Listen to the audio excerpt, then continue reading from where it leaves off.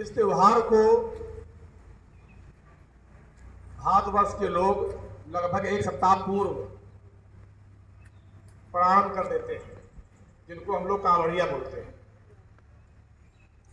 ये गंगा जी के जल को भर करके या पवित्र नदियों का जल भर करके जिस भी शिव मंदिर में, जो प्राचीन शिव मंदिर है, वहाँ जा करके वहाँ जल अर्पण करते हैं, उनकी एक वंदना करते हैं, आराधना करते हैं, भक्ति पूर्वक वहाँ निवास करते हैं, दान पुण्य भी करते हैं।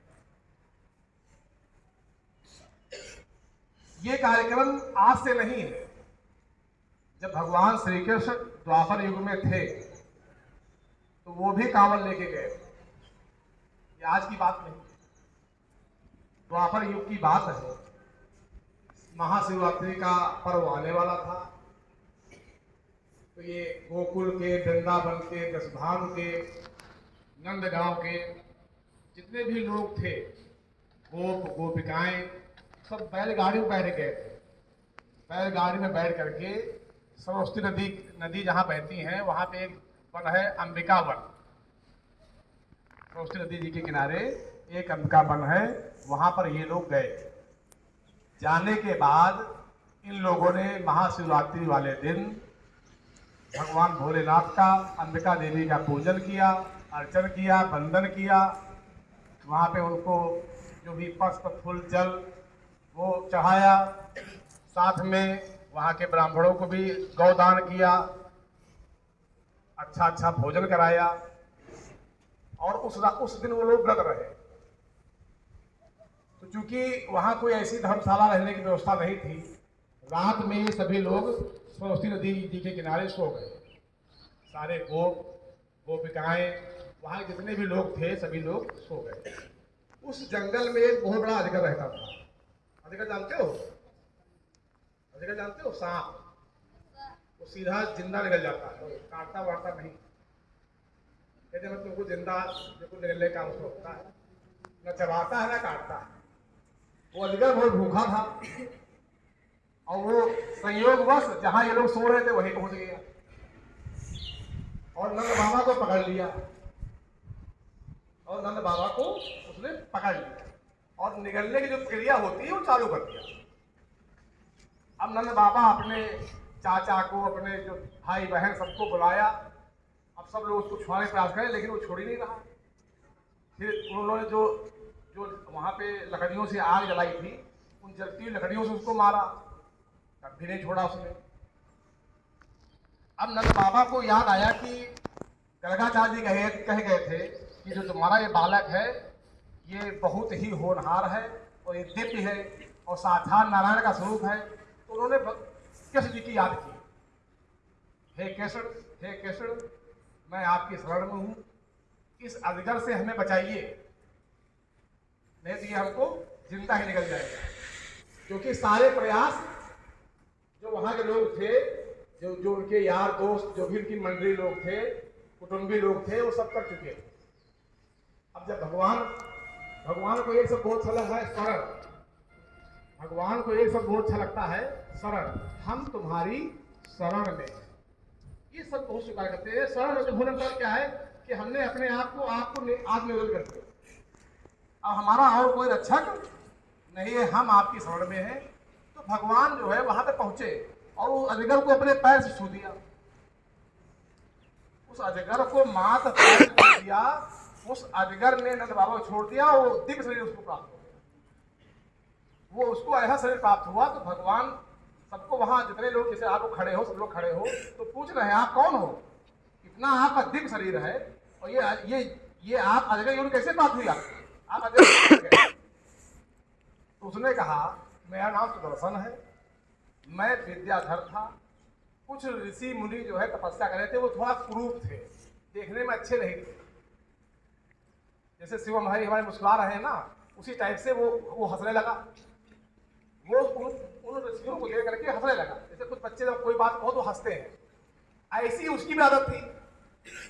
उसने उनकी हंसी उड़ा दी। तो उन्होंने श्राप दे दिया, तुम अजगर बन जाओ। उन्होंने श्राप दे दिया कि तुम दूसरों की मजाक उड़ाते हो, तुम अजगर बन जाओ।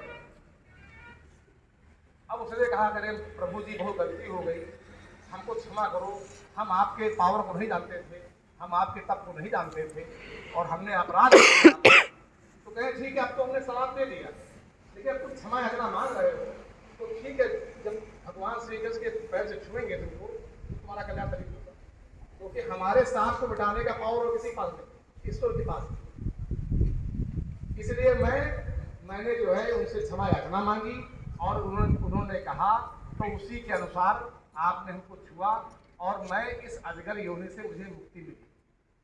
तो कहने तात्पर्य ये है कि इन त्योहारों के माध्यम से, ये त्योहार आज नहीं, आज से मनाए जा रहे हैं, कोई हम लोग कोई नए नहीं है इसके, ये आज मनाए जा रहे हैं। हमें श्रद्धा के साथ, विश्वास के साथ शरण ग्रहण करनी चाहिए, तो हम लोगों का कहीं न कहीं कल्याण अवश्य होगा, इसमें कोई दो राय नहीं। तो इस कथा के माध्यम से हमें ये ज्ञात होता है कि हमें किसी घसी नहीं उड़ानी चाहिए, कोई ग्रुप है, कोई जैसा भी है, जैसा है वैसा है। हमें अगर नहीं सुनना कोई बात तो हम शांत हो जाए, परंतु किसी भी सभा में, किसी भी मंडली में, किसी भी अगर कक्षा चल रही है तो कक्षा में बहुत सारे बच्चे उसको उन्माद करते हैं, उसको कहते हैं उन्माद। वो स्वयं तो डिस्टर्ब होते हैं, अन्य बच्चे भी डिस्टर्ब होते हैं। तो इस कथा के माध्यम से हमें ऐसा शिक्षा मिलती है कि हमें हर स्थिति में जड़ रहना चाहिए, जड़ संकल्प रहना चाहिए और जो भी हमको काम दिया गया उस काम में मनोभाव से हमें तत्पर रहना चाहिए।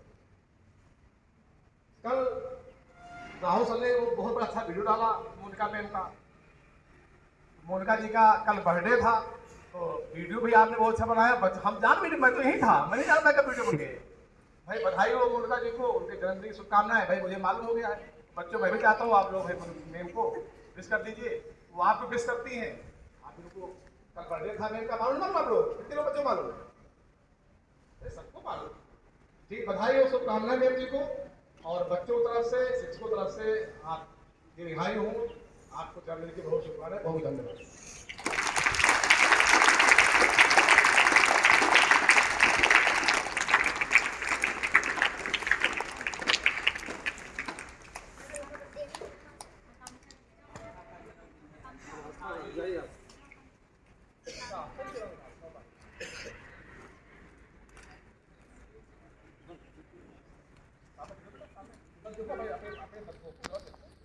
करेंगे ना लाभ मैम, जो भाई को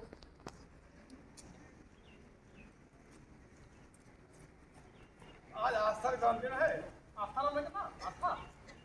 मैं बधाई हो, शुभकामनाएं दो बच्चों।